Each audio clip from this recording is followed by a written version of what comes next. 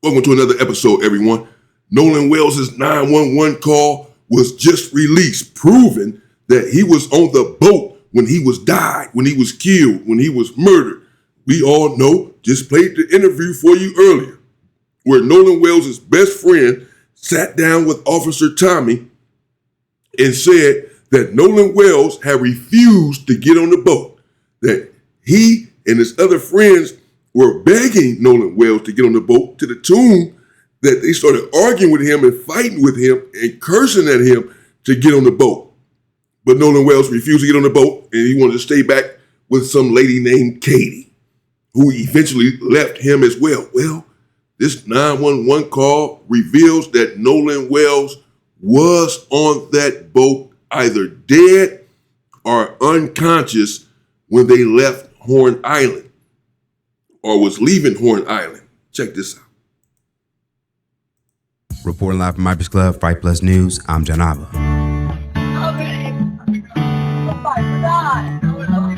Detail assistance, Vicky speaking. How can I help you? Of course. How far is the word coming up, sir? Breaking news coming out of Mississippi. A little over 20 days after Nolan Wells' disappearance and death, there now appears to be a major break in the case that the public is finally hearing. Yesterday, we would release an extended version of the audio call his friends would make to the Cito company when they alleged they were having issues with their boat and was sinking. Okay, How many adults on board? There are 0 adults on board. There's nobody on board the boat? No. Nobody right. here is over the age of 21. Sir, that was not the question. Now, this version we shared originally obtained by TMZ would only capture when you first hear the driver of the boat speak with the operator. Now, late Saturday night, local outlet WLOX would go on to release a completely unedited version of the call provided by the Mississippi Department of Maritime Resources.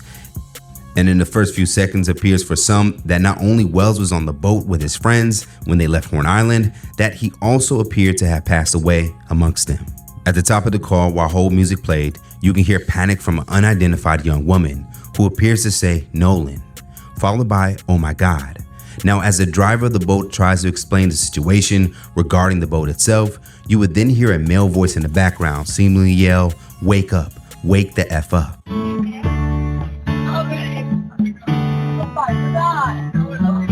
Detail assistance, Vicky speaking. How can I help you? Hey, we're at the west tip of Horn, and our bilge pump stopped working. We're sinking. Can y'all please come? We have a membership. All right, of course. How far is the word coming up, sir? Now, of course, due to the conversations in the background not taking place a part of the actual call, the way some are hearing this could be challenged by those who choose not to see it that way. Now, as an attempt to better make out the background chaos, we will remove the hold music at the beginning in an edited version. To connect you.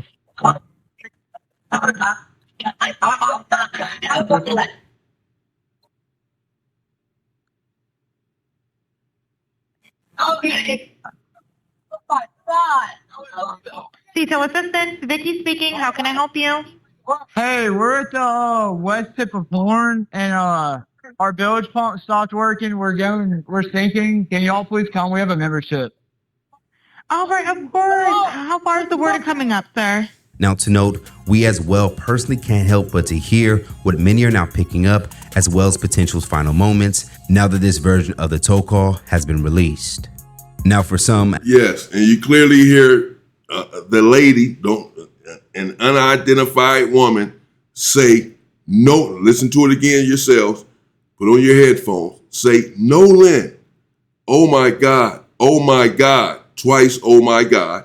You hear someone else in the background say, "Get the F up, get up, man, get the F up." There's no getting up. That appears to be Nolan Wells on the boat that his best friend sat down on an interview saying that he was not on the boat, that they left Horn Island without him because he refused to get on the boat. It appears that Nolan Wells is indeed on the boat and either dead or unconscious. Nolan Wells is on the boat, either dead or unconscious, because the lady is screaming, "Nolan, oh my God, oh my God." And someone else is screaming, a male voice, "Get the F up, get up, man, get up, get the F up." He is on the boat. As the call continued, there appeared to be other questionable moments in the background for listeners, as the boat driver, identified as Wyatt Pyron, continued to speak with the operator. Like at the end of the call, when you would hear the called sea tow captain express that he got a direct call from the grandfather Pyron, who would tell him that a tow was no longer needed. This for some would be the beginning of a cover-up to minimize witnesses. Hi, Captain Seth. This is Vicky from International. How you doing today? Doing good. How are you? Good, good. I apologize ahead of time. I really do. You're going to have a fee-for-service come up under Jerry. Okay. It sounds like a bunch of kids on board on Horn Island. He's letting me know that his father's a member, but he can't give me any information. And he's saying the boat is sinking, and he's on Horn Island. It's just unfortunate. He's just a kid. There's a lot going on. So Right. he said there's about a lot of people on board. He says he thinks about 7. I'm guessing they're all under 18. Okay. And I'm not trying to be rude. He wants you guys to go out there and unpump the boat and then tow it in. Do you know what kind of boat it is? He said a Triton 24-footer, but that's all he can give me. Okay. All right. Yeah, I just actually got off the phone with his grandpa, who I'm guessing is the owner of the boat. And Is it he Jerry? said that yeah, Jerry, yeah. He said, Okay. I just hung up with him. He said that they don't need any help right now, but if something changes, he'll call me back. So Oh, right. I'm guessing that they may have figured it out, because that's what he said. So they're in a panic and their boat won't crank. Yeah, Or, they're in a panic. Since the beginning of the Yeah, they're in a panic. So did you see what's going? Do you see what's going on there? The captain called in and spoke with the lady who had just taken that 911 call. So Nolan Wells, his friends, or whomever, the lady, whomever, make a 911 call and say that the boat is overflowing with water. We heard his friend here in the interview, his best friend, say that the boat was overflowing with water, and that's why they tried to get Nolan back on the boat to get him back to safety. He knew that the boat was overflowing with water, yet he still left Nolan there without his phone and some lady named Katie. Okay, fine. So these individuals call, but apparently they did not leave Nolan there. The 911 call indicates that Nolan was on the boat. We just heard the lady saying, Nolan, oh my God. Yeah, oh my God, after y'all done killed him, he had lacerations in the back of his head. According to the autopsy, the second independent autopsy anyway. And you hear someone else imploring Nolan to get up, get the F up. I thought he wasn't on the boat. And what appears to happen is that someone panicked because Nolan Wells is on this boat dead after they killed him, whoever they are. Now, so they say call 911 and tell them, to come here and save the boat. They're going to see Nolan here dead. We got to come up with a story as to what happened. He drowned from the water inside of the boat, I guess. He fell off. He was in the water. We pulled him up, whatever. But call and get some help for this water that's coming in the boat. We'll figure out this Nolan situation later. Or what we going to tell them when they get here. Everybody got to be on the same page. And then, clearly, they hung up the phone. And cooler heads prevailed. Someone in the group, the leader, or multiple individuals, had an epiphany. And they said, no, that's probably not a good idea to bring the Coast Guard or whomever over here to the boat with Nolan sitting here dead. Let's get rid of this body first. Call that off. Tell them we no longer need their help. Because the owner of the boat, the grandfather, as we just heard, ends up calling saying, we no longer need help.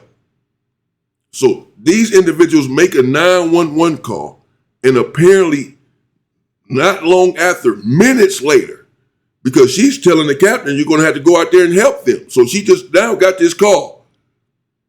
And the captain has already received another call. They got to let the captain to call off this thing to come and check the boat out. They said, no, we fixed it. You fixed it that fast? From the time y'all just made the 911 call To the time your grandfather called the captain and said, we no longer need help. Y'all figured out a way to fix the boat. This boat that's been giving you problems all day, that's drowning in water, now all of a sudden you fixed it. Don't come here. Don't come. Don't come. We no longer need your help. Do not come. Because they sitting there with a dead body that they got to get rid of first. So they call Grandpa. Grandpa, we just call it, we'll explain later. Just call the captain, call, some head honchos, tell them we no longer need their help. We don't need them coming out here trying to fix the boat. We'll explain it later. And Grandpa called and called off the help. This case, many have questioned Wells' friend's story, as many things appeared inconsistent throughout, and those online will call out the entire situation as being a cover-up of the death of another black teen in Mississippi. So what happens next? Given that this call is now officially 22 days old, we're certain the local officials and investigators have examined it by now. And given that agencies like the FBI are involved, we can also be certain that they have the resources to completely clean distorted audio with specialized forensic audio tools that can isolate speech. Now, according to reports, the FBI has perfected this ability since the 1960s as a way to improve distorted speech from wiretaps, 911 calls, and covert body wires. Now, when what we unveiled is the case, and we all have now witnessed that Nolan was back on the boat that day where he potentially lost his life, many individuals can now face consequences, like all of his friends who were on the boat that never gave Wells' family and authorities the truth and potentially helped get rid of his body. The stepmother of Warren Hudson, Judge Ashley Cole, who would push potential false statements. The grandfather Wyatt Pyron, who looks to have helped his grandson avoid serious consequences. The adults who supplied the teens with alcohol, causing them to potentially make terrible decisions that day. And local law enforcement for failing to aggressively move forward on making arrests when there were signs early on, like Exhibit A, picture of Nolan and his underage friends drinking. And more specifically for Sheriff John Ledbetter for expressing he didn't see any signs of foul play before an autopsy was even conducted.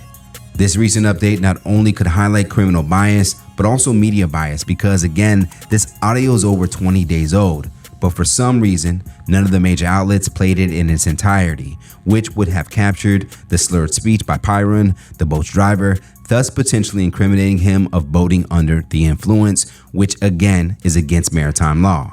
Yeah, so he's just explaining the whole cover-up, how everyone is guilty of this cover-up from top to bottom. And no, the major media outlets did not cover the Nolan Wells. Only Good Morning America covered it long after he was already dead. They interviewed the parents. But no major media outlets, the Washington Post, none of them, were covering this. They had little synthesis inside of their newspapers mentioning Nolan Wells. This is rotten from start to finish. Top to bottom, it's putrid. As well as capturing him stating that none of the occupants of the boat were over 21 years old, the legal drinking age in Mississippi. Okay, How many what's adults going on board? So, there are 0 adults on board. There's nobody on board the boat? No. Nobody right. here is over the age of 21.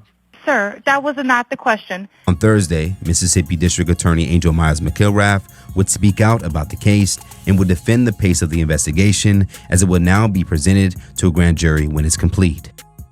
I understand the public's urgency to know what happened to Nolan, but we are not taking time for time's sake. We are taking the time required to complete the work this investigation demands. Since Nolan was reported missing, local, state, and federal law enforcement agencies have worked around the clock investigating what happened to him. Every piece of evidence must be examined. Every credible lead must... Man, we don't want to hear this. It's a bunch of nonsense, lady. You look like a racist. You just look like one. You never dated a black man in your entire life, for sure. Don't want to hear your nonsense. You're a district attorney in Mississippi. How many black men have you prosecuted without having all of the facts together? At least made an arrest until you get the facts together. They're not going to be walking free. Had the shoe been on the other foot. You're pussyfooting around and gaslighting the public with this concocted, fabricated, prepared statement about why you have not moved this investigation forward. The 911 calls are just now being released, days weeks after the murder, because these individuals are covering up from top to bottom, from the people who transported the body to the police who do nothing, no sort of investigation. Instead, say there's nothing to see here, folks. Before an autopsy was even completed, he said, looks like no foul play. You a freaking doctor? How do you know? That's what the autopsy is for. What are you talking about? Already exonerating these individuals.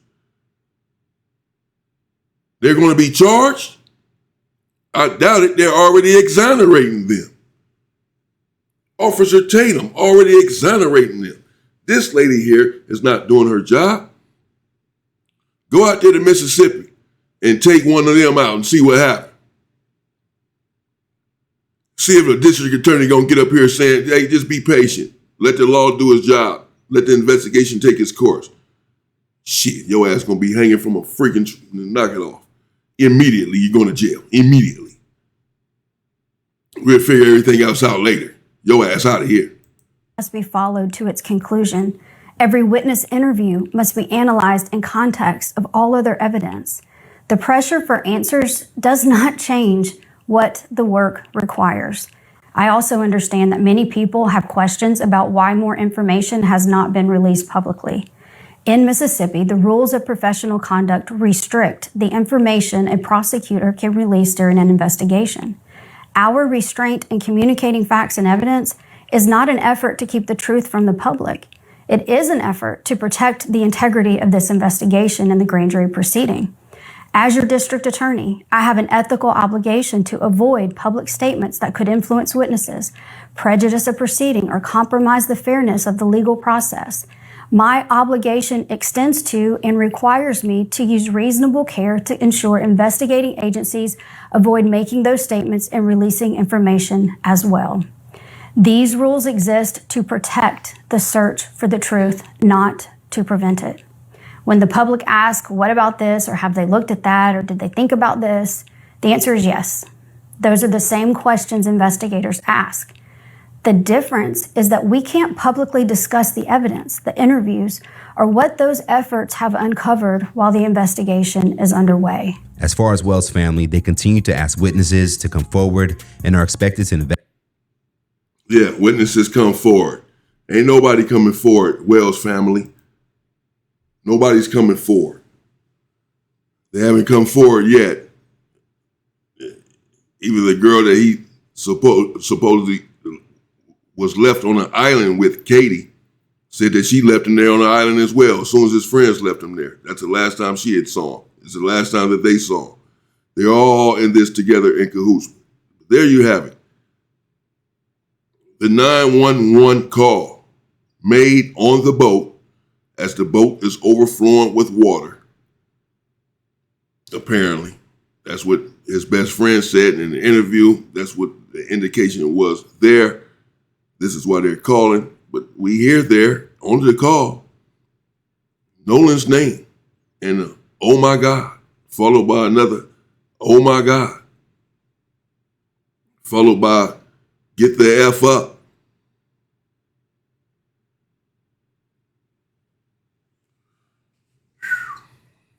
Yes, sir.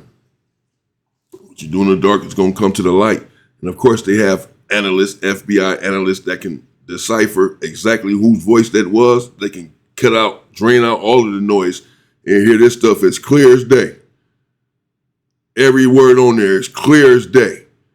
Know exactly what was said and who said it. They would know clearly.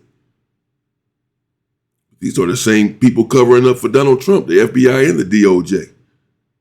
There's no extent to their venalness. Their corruption is infinite. It has no ceilings. So them covering this up as well is not beyond the scope. This is really what they do. There you have it. As far as I'm concerned anyway, just my opinion. Nolan Wells, 18-year-old out of Mississippi, was murdered in cold blood by his so-called friends who claimed to have left him out on Horn Island to fend for himself without his phone, even though he was had been drinking all day, according to his friend in the interview. They still left him out there. So he says. But here we hear a 911 call where it appears clearly that Nolan Wells is in fact on the boat and either dead because the lady keeps screaming his name and saying, "Oh my God," or he's unconscious because someone keeps telling him to wake the F up. Will they do their jobs, and will someone pay for Nolan Wells' death? Do not hold your breath. Welcome to America. Stay safe and stay free, people.